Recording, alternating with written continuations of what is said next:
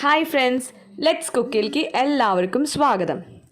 ഇന്ന് ലെറ്റ്സ് കുക്കിൽ നമ്മൾ ഉണ്ടാക്കാൻ പോകുന്ന ഒരു തമിഴ് ഡിഷാണ് കുഴിപ്പനിയാരം.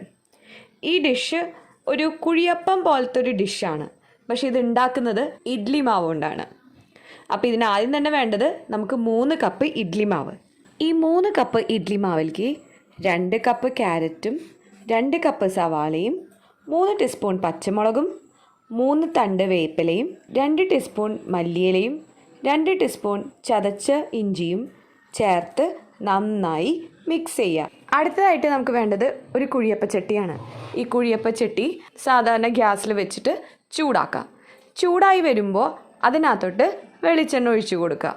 ഇപ്പോൾ വെളിച്ചെണ്ണയും ചൂടായി കഴിഞ്ഞു. വെളിച്ചെണ്ണ ചൂടായി കഴിയുമ്പോൾ ഈ വെജിറ്റബിളായിട്ട് മിക്സ് ചെയ്തിട്ടുള്ള മാവ് ഓരോരോ കുഴിയിലേക്കും ഒഴിച്ചു കൊടുക്കുക. 2-3 മിനിറ്റ് കഴിയുമ്പോൾ നിങ്ങൾക്ക് കാണാം അതിൻ്റെ സൈഡിലൊക്കെ ഒരു ബ്രൗൺ കളറായി തുടങ്ങി. ഈ ബ്രൗൺ കളർ വന്ന് കഴിയുമ്പോൾ നമ്മളിതിനെ തിരിച്ചിടാം. അപ്പുറത്തെ സൈഡും 2 മിനിറ്റ് വേവിക്കുക.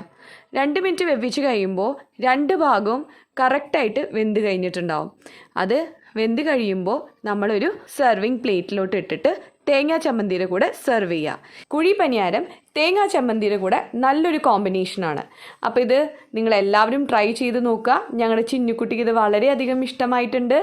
ഞങ്ങൾ ഓരോന്നായിട്ട് കുഴിപ്പനിയാരം ഫിനിഷ് ചെയ്തുകൊണ്ടിരിക്കുക. അപ്പോൾ thank you friends. Thank you for watching the video. നിങ്ങൾക്ക് എല്ലാവർക്കും ഈ വീഡിയോ ഇഷ്ടപ്പെട്ടു എന്ന് കരുതുന്നു. ഇഷ്ടപ്പെട്ട ലൈക്ക് ചെയ്യാനും ഷെയർ ചെയ്യാനും സബ്സ്ക്രൈബ് ചെയ്യാനും അതേപോലെ തന്നെ ഈ ഡിഷ് ഉണ്ടാക്കിയിട്ട് കമൻറ്റ് ചെയ്യാനും മറക്കരുതേ. Thank you.